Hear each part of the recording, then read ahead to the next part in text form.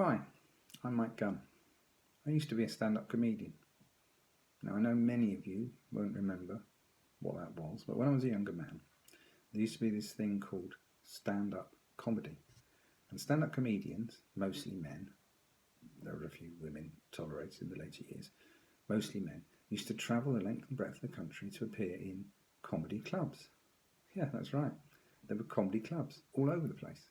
I mean, all the major cities had comedy clubs: London, Manchester, the others.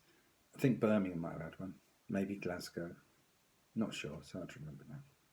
Anyway, there are even clubs in shitty little places like Harlow, Didsbury. I think even Gosport had one. I think I'm making this up, but I'm not. Stoke, they were everywhere. There was one in Stoke. Now, admittedly, some of them were just rooms in pubs. I'm sure some of you remember pubs.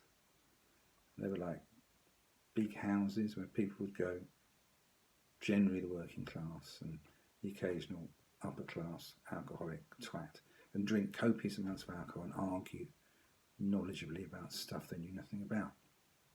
Anyway, these clubs weren't just in pubs. I mean, some of them were in proper theatres.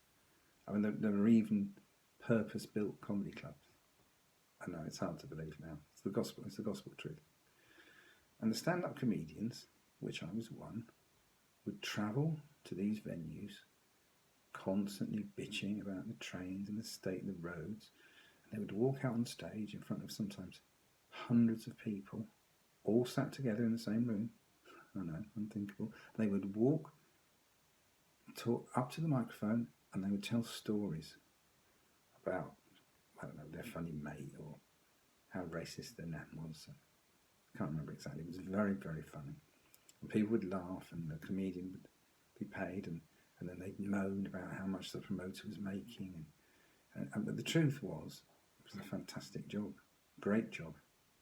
It's a job I'd always wanted to do. I mean, I remember as a kid seeing my comedy heroes on TV. Freddie Parrot-Faced Davis.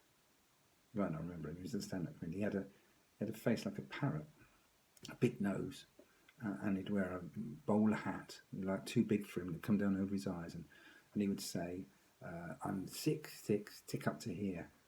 Very, very funny. And of course Benny Hill, primetime TV favourite of mine. His acting. He was like a dirty old man in a Mac, and he would chase young women around dressed just in their underwear. I know it doesn't sound very funny now, but the genius was, right, they played like silly music and speeded up the film. Very, very funny. And then in later years, of course, there was a whole new wave of people. Tim Vine, he would, I think he'd catch a pen or something behind his ear. Very, very funny. Al Murray, he was like a character. He'd pretend he was a pub landlord, and he'd say stuff like, only wine for you, late, something like that. Wine for late, something very, very funny. Harry Hill, of course. He would just talk nonsense. And then he'd say, yes, it's all very well, but is it entertainment? Very, very funny. There were many, many, many, too numerous to mention. All gone now, of course. Anyway, the point of my little talk is to announce the annual meetup of ex-stand-up comedians, the Society. We meet up April the 1st, obviously. It's a memorable date for us. And we meet Heathrow Terminal 1. Some of you might know it. Used to be an airport. Now, of course, just a huge, unused, empty building. Ideal for our purposes, aren't we? We can all stand 2 metres apart and reminisce. So, hope to see you there. Put in your diaries, April the 1st.